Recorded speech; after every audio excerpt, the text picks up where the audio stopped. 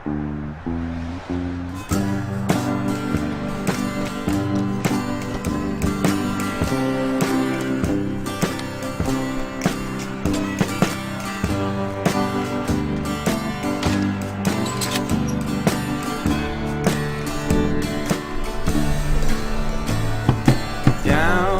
at the gas station, they give out false teeth and salvation. They say it's the best in the nation. They claim it's the cheapest in town. Roll your rug out on my floor. Oh, hi. I'm Robin Hoffman. I'm a public artist here in Charlottesville, and some people might ask, what's a public artist? Well, a public artist is somebody who works and lives in the public and must create art. As a professional, we all make money. And one of the things I like to talk about, of course, is we're here at the Barn Swallow, which is a place where artisans and artists can display their work that they've been creating for many years. And that's a process, by the way. A process is something where here I am, and I try to incorporate, for instance, found wood from dumpsters. So it doesn't cost the earth any more wood, cutting down trees, than if somebody's building a house. So I go in the dumpster and I find the wood. And one of the ideas that I have is to incorporate my paintings, which you can see over here. This is a found wood art piece over here. And this over here is, as you can see, it's wood that's put together from a construction site. It's pretty raw, but it was already laminated with some glue. So what I did was I was about to frame this painting here. It's a portrait of a family from New Jersey. It's kind of cartoony. I like that amusement part about it because it tells something about the family. They're very fun. Anyway, so then I was putting the painting down, which, by the way, you could see it's used masonite. You have to gesso it. You have to know what to use, what kind of chemicals, so that the paint doesn't come off for many hundreds of years. And then I was trying to frame it. So what I did was I put the wood down, and then I said, okay, now when I did that, I was able to put the painting in, and then something occurred to me. This could be a towel rack. So it has a multi-purpose painting. And this painting can go in somebody's bathroom, for instance, or somewhere in the kitchen, and they can have their towel, hanging just from here. And it works to be functional as well. So then I came up with another idea, and that was to use wood like this, or tables, card tables, and put in the masonite at that point. As you can see here, this is just masonite, and then this is found wood from a construction site that was kind of sanded down, and making a table out of it for instance, for a coffee table or whatever. And then when it's not a table, you fold up the legs and you hang it up. So an artist is also somebody who has to make a living, but also would like very much to appreciate the planet. And a lot of us work from found materials, such as rocks and stones, or granite. But we also work from wood and clay comes from the earth. And clay comes from different places. People elect to get clay from Brooklyn. It's called Brooklyn clay. Or they can get it from here, from Virginia. And also the type of clay is crucial to what you make. So if it's dense, or if it's been put into a vat to cure, things like that. The artist who is working with the clay for many years becomes a master of that and has some kind of control over the body of the clay. So we here at the Barn Swallow, we're going to check out some of those possibilities. And also when you look around, you're going to see the collection of work that is not only jewelry made out of silver and different types of alloys that are melted down and handcrafted to a very unique, not process. Process is something where it comes out of machine. This is all handmade, so that means somebody has to manipulate the alloy themselves. They have to be very careful about how they melt something down. Or if they're creating a painting, you know, you have a lot of thinking to do. And with experience, artists use that intelligence. It's intelligence. And it means that it's something that comes from many, many, many bits of information that finally get collected, and then the outcome is, of course, the painting. So, and here is something that wasn't framed, and I wanted to show you that because I actually barter for my frames. Somebody who is a carpenter, actually he makes guitars and ukuleles, Monty Fisk. I sort of taught him how to paint. So I'm his teacher, but he's doing great. And this is a painting that I did, and I want it to be framed. So I'm going to bring Monty, who lives in Shenandoah, some wood. And this wood, he's going to put on the frame, and he has already a framing table. And he'll size it out, and then he'll just put all this wood together, and it'll be a frame just like one of these. Very unique, not processed in a machine. So he uses bevels and things like that, and it becomes something that's wonderful for generations to come. And then also I want to say that, you know, because we live here in Charlottesville, we are very, very lucky to have things that are just running around. And here I did a painting of some hens. These are free-range hens. And I was actually painting some horses, and they came around, and I happened to have my masonite already in gessoed, which is the primer that you use. That's a special gesso that lasts forever. And I just quickly painted this. And that's because they were running around. They weren't stationary. So you can see that we have a lot of resources here. If you want to paint, you just should get your paintbrush out. Okay? And now,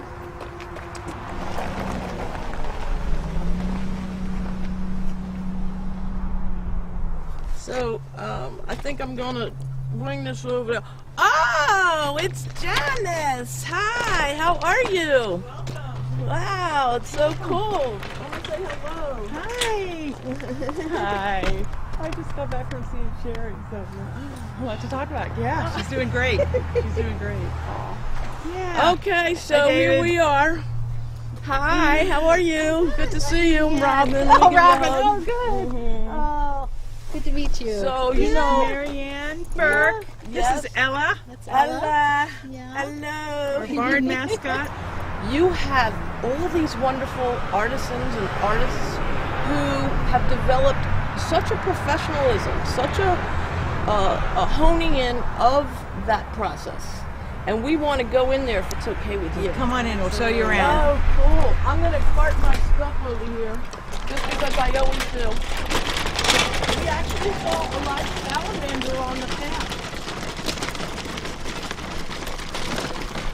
So isn't this beautiful? It comes out. Yeah.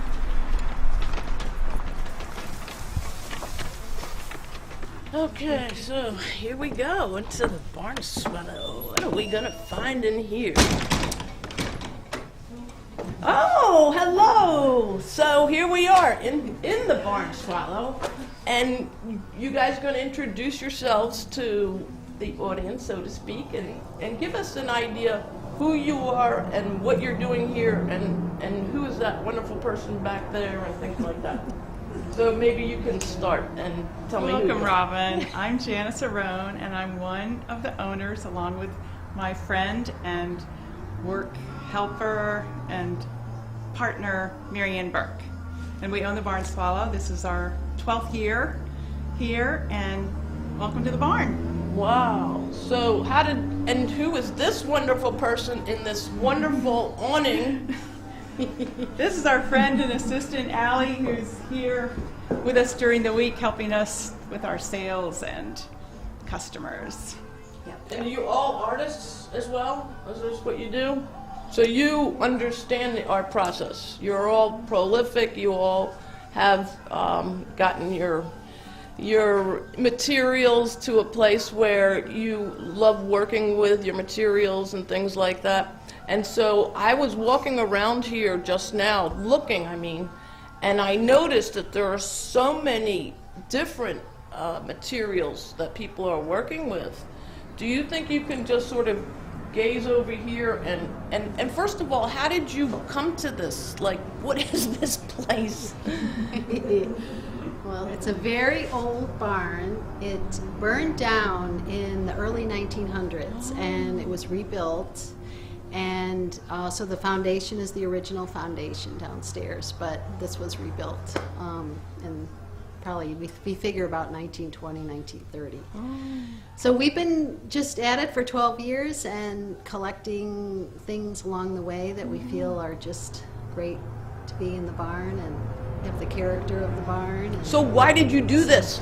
What happened? What was the epiphany? What was the idea? I said I'd never have a retail space, but here I am. So, but it's such a great space. It's such an inspiring space, and we didn't want to let it go. It used to be a gallery many years ago, and Janice and I decided to bring it back to life. Okay. So we did many years ago, and yeah, so it was great because we're both potters and wanted a place to sell our work. We didn't have to go far. It was local, and that's kind of how it started. Now, I realize that you're potters and that you're doing ceramic. Now, I was talking a little bit about the clay. Where do you get your clay? I used to work with Brooklyn clay. There's different types of clays, right? So how did you determine what you liked and what you're using? Was it over many years, or did it just occur to you right away? And what do you use, by the way? We both studied in college. I went to VCU and decided I used porcelain and did a lot of jewelry and metal classes. So I was making decisions whether to do clay or metal, and I decided to concentrate on clay. And stoneware is really good for sculpture, for building into large forms, so I just stuck with that. Yeah. And the glazing process, too, is something that you have to elect. Like, if you're going to fire... Now, you fire something, you put it in the kiln, which is a big oven, and it bakes, first of all, the clay. It takes all the water out. So it's done over a period of 24 hours, right? Well, it's fired. Most of these pieces are fired twice. So first you fire a bisque, and then that takes out the moisture, and then it's ready to be glazed.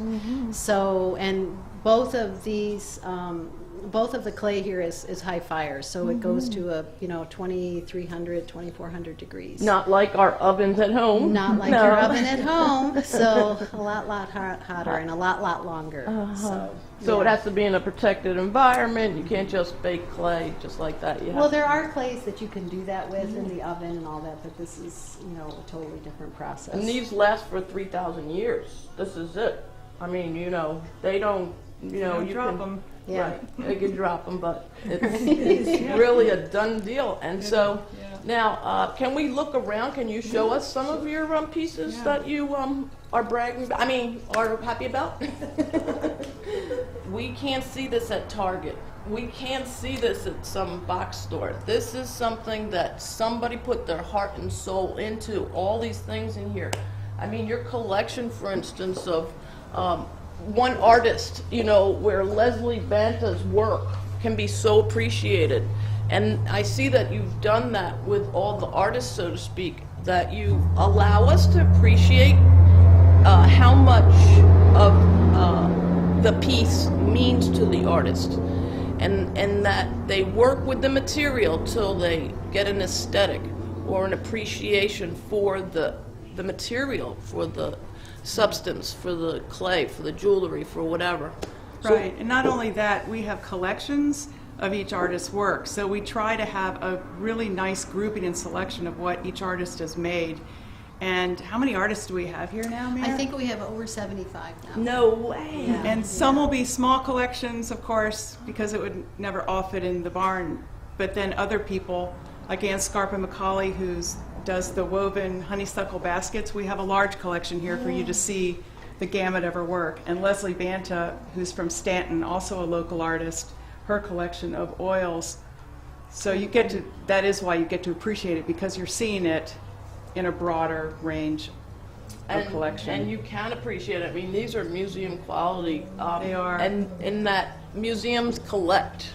Museums, so if you buy your art from here, you will have a museum piece, because museums collect forever for something that is in eternity, to be passed from generation to generation. Is the amount of work that the artisans or the artists are doing here is not something that is mass produced. It's something that only one person can own, or a museum who puts it in a vault, unfortunately.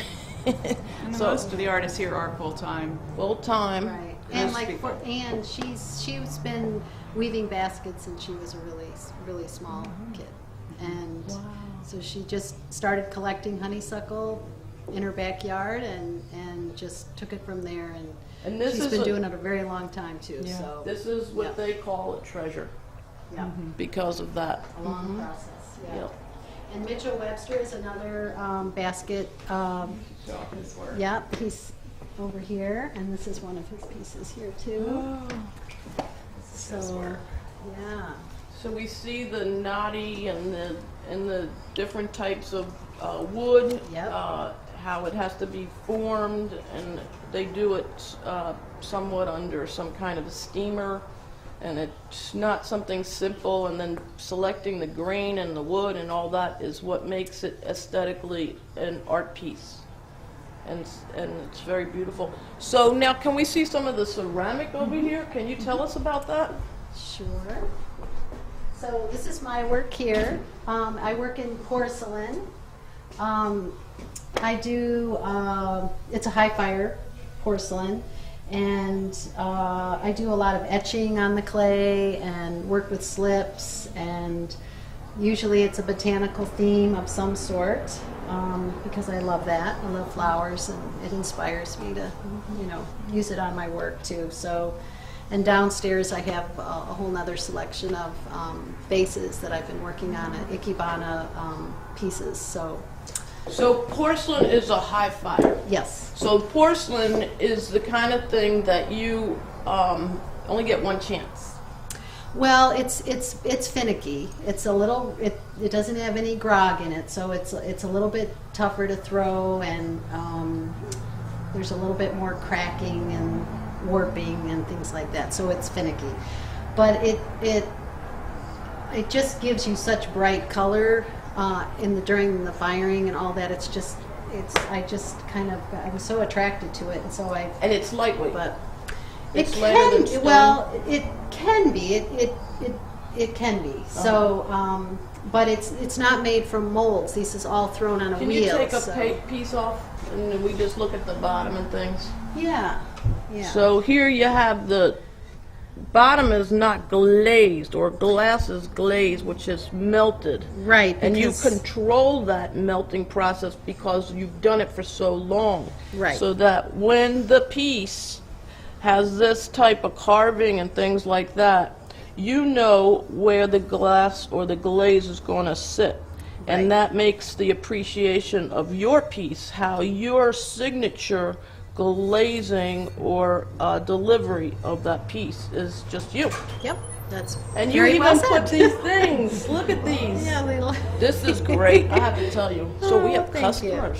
Thank Okay. you. Yeah. So, yeah. Yeah, so that's kind of how a lot of the pieces I start with that are thrown on a potter's wheel, and then I alter them, sometimes add feet and, a slab to do the bottom or whatever, so it's all, they're all individual pieces. Yeah, and it's Yep. just lovely how